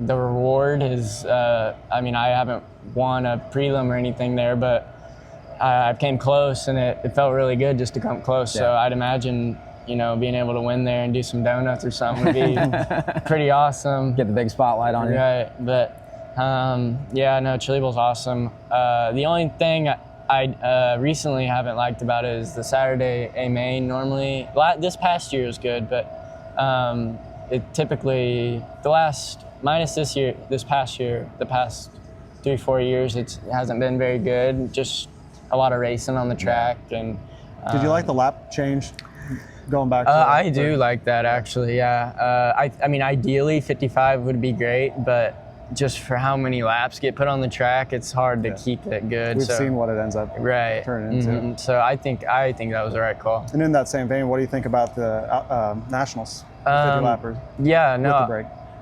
I like it. I think, I don't know, it's Knoxville Nationals, it's a lot of money, it's like, and you don't get a lot of 50 lapper sprint car races, so it's been 50 laps, I think, the whole. Since 09, I think. Yeah, okay. Yeah. So it's hard to switch from it. And, you know, I like it, but I think not having a halfway break would be more of a race than the halfway break. It just kind of, I don't like having pauses in the middle of races and open reds and all that, which, I mean, you can't avoid open reds, but I don't know. 2 races, really. Yeah, it is. Yeah. So, and that's the thing, like you'll see a guy dominate the first 25 or a guy there's 5 to go before the break and he's starting to move and then the break happens and then for whatever reason, it happens a lot. I'm not sure why, for whatever reason, they'll normally fade back and then there's a new guy that's up in there. So I don't know. It doesn't matter to me. I just race the race. You just want to be in it? Yeah, right. Racing for 100, whatever. Yeah. I haven't even raced a 50 lapper on Saturday, so I'd just be happy to be there. I thought you had. Well, okay. Well, if the start to the season right, is I think you're going to have a good chance of making that. We'll see. So we've talked about some of the car owners. You've driven for some pretty legendary car owners with Keith and Guy Forbrook. What's it been like to drive for those guys? Yeah, it's really neat. With Keith, that was who when I was younger, that was my goal was to be a KKM midget racer, and so it was cool to be able to drive for him. It's it's one big team over there, but when you're there at the track, you're by yourself, and you got normally there's two or three crew chiefs, and you got your one crew chief, and you just kind of stick to your trailer because there's 2 or 3 trailers there, and then running for the sprint car deal is, well, I say that, but I guess it's just because of how big KKM is, it's a different environment than coming to a sprint car race where it's just you and your team, and you don't got other guys with you. So it's I like being alone with my own car versus being on a team of cars more. But I got to race for Guy. That was really awesome. I don't even remember how it got situated. I think he was just out of a driver for whatever reason, and I don't know if he came to me or my dad may have reached out. I'm not sure, but we got together, and I knew of him. I'd never met him before, and he was a very straightforward guy, hardcore, old school racer, and I went quick time here, my first time in his car, and remember that. Yeah. I mean, you would have thought someone killed his dog. He didn't know happiness at all, didn't care, just wanted to win the race. Job wasn't done yet. Yeah, right. So, but me and Guy, after that night, it got a little more of he got a smile on his face and was happy to talk to me. So, no, Guy's great, and he still texts me all the time and helps out and just tries to keep everyone's spirits up. So he's awesome. He's a really good dude. I heard he was having some health issues and might be getting back to the track soon. So it's better place when he's around for sure. Right, I agree. Yeah. What are you stewing on over there, Cade? I don't know. It's There's like the wheels are monkeys banging cymbals up here. Let's talk about Huset's. You've had a lot of speed there. What are your thoughts coming into the high banks here coming up? Yeah, I don't know. It's different every week. Huh? Yeah, exactly. Yeah, I mean, to me, all it comes down to is whether or not you get qualified good. If you qualify good, then you got a shot at winning the race, and it's all up to you, the driver, at that point. And we've been good at Houston. I've always been good at Houston's there. And then at the start of this year, we were good. Just I didn't feel like I was as good as I normally was there. And then we kind of got going a little bit, and I don't know, maybe I just wasn't used to that car at that track, and we got going, got comfortable, and then this past weekend I felt just like lights out, couldn't be beat, and so it definitely gave me a big confidence booster going into the hustle. And I think right now the focus is kind of just nailing qualifying and heat races at Huset's to get myself set up good for the main at High Banks. Yeah, especially because we've seen it rubber up pretty quick a couple times already. Right. Yeah. Yeah. They're always working the track there. So yeah. You kind of know what you're. They've done a good job the last 2 weeks with keeping it good. So, yeah. Well, Blake did have a question as well. So I don't believe you have not got an Outlaw win yet, have you? No, I haven't. But I know that you've gotten some podiums. Yep. What was it like? And I guess I have two questions. So this one's from Blake. What was that first podium with the Outlaws like? It was pretty surreal. I don't know. It was a while ago. It's hard to remember exactly what I was feeling, but it was definitely a very happy moment. And it was kind of like, because going into it, I was expecting to do good, and then I did good, and I was like thinking, this is where I should be, not in a cocky way, but just an open-minded, and then it went downhill, really downhill, and we struggled. It was all last year and a little bit the year before, just struggled really bad, and then we'd have nights every now and again that we'd be good, but for the most part, it wasn't very good, and just switched things up, got out of my car and tried new things, and the stars just kind of aligned with this deal, and it's been great so far. So kind of led to another question I have. We've talked about this with pretty much, I think, every guest we've had, Cade, is when you show up to race with the Outlaws and high limit, you almost know that you're going to get your teeth kicked in for a while. Yep. Like you said, you struggled for a little bit there with your car. What was it like knowing that and just trying to get that confidence going again? Did you have people that you kind of leaned on that would keep your confidence up, or how did you keep from, spiraling down when you're not getting the results you want? No, I definitely did spiral for sure. It's very easy to, you get, maybe you run, especially in a case where you do run really well, and then you start racing with them and you have a couple good runs, and then all of a sudden it's like you just can't get out of your own way. It's a beat down for sure, but I feel like I had good people around me to help me through it and keep my hopes up. My dad, Jimmy, he was the crew chief on my family car, Jimmy Jones, and then Billy Lawhead, he pretty much half raised me and took me racing everywhere up until about halfway through the 5T's career. So I always had good people around me to keep me going. But I felt like what really was good for me was just to always try to, even when it's going bad, go into the race trying to learn something at least. And maybe I had a terrible night all night, but I could at least pass 5-10 cars and feel good about the speed we had, and have a little confidence leaving there at least. So yeah, it was just like little wins every now and again. Yeah. Well, it's looking like wrapping up here. Yeah. We got Mother Nature trying to end this thing. Better now than earlier. Yeah, that's not right. I guess the last question I have for you then is before we get rained on.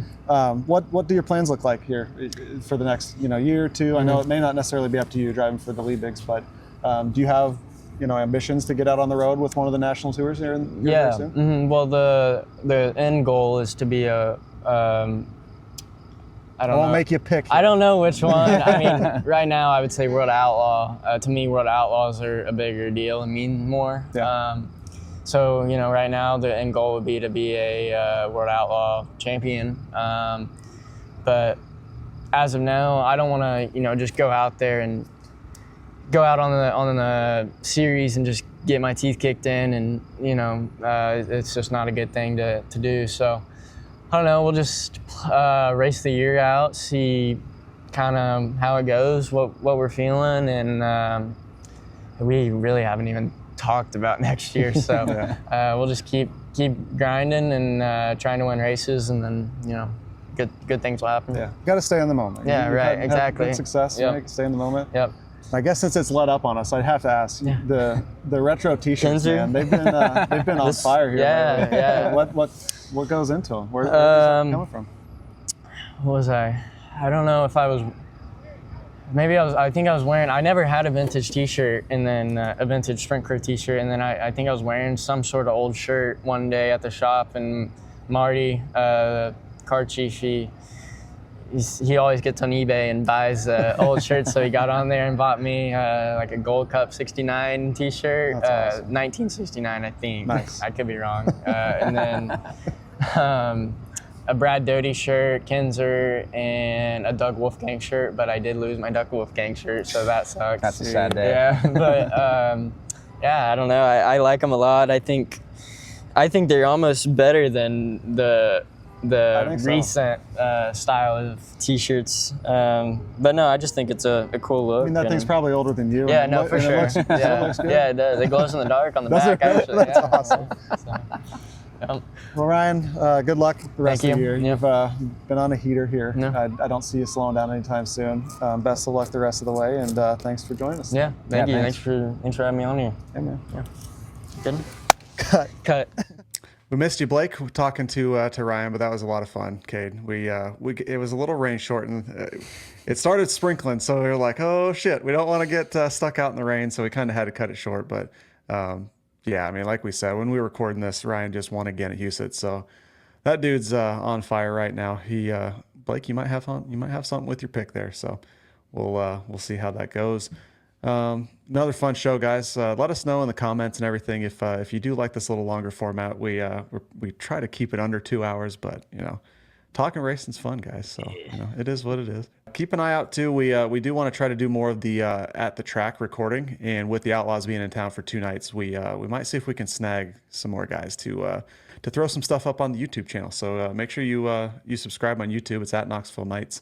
You can also watch on Spotify. They're out a little bit later, just the way the things have to be uploaded. But the videos also end up on Spotify. Also, you can listen on Apple Podcasts or wherever else you get podcasts too. Leave us 5 stars, please. That helps us out a lot. And make sure you follow us on all the socials as well. I'm not going to run through them here, but you can follow Blake. He's at Blake_Walker8. Cade's at Cade Higday, and I'm at Josh_Gerlach on Twitter, X, whatever you want to call it. But that's another episode of Knoxville Nights. We're going to be 10 into this after the Outlaws, guys. Having a lot of fun. It's flying by. Maybe Can't Cade believe can it's run June top already. I know. What'd you say, Hopefully. Blake? 5. Maybe Cade can run top 5 eventually. We'll have something better to talk about. That's no kidding. No kidding. We did. It's elephant in the room. We got the mustache, so maybe the mustache is bringing some luck. We'll see. It is. We're gonna keep it one more week, and if we still suck, I'm getting rid of it. All right. You're gonna look like you're 12 years old on the next episode. No, I'll just have the goatee come back. We'll be all right. Yeah. Oh gosh. Whatever.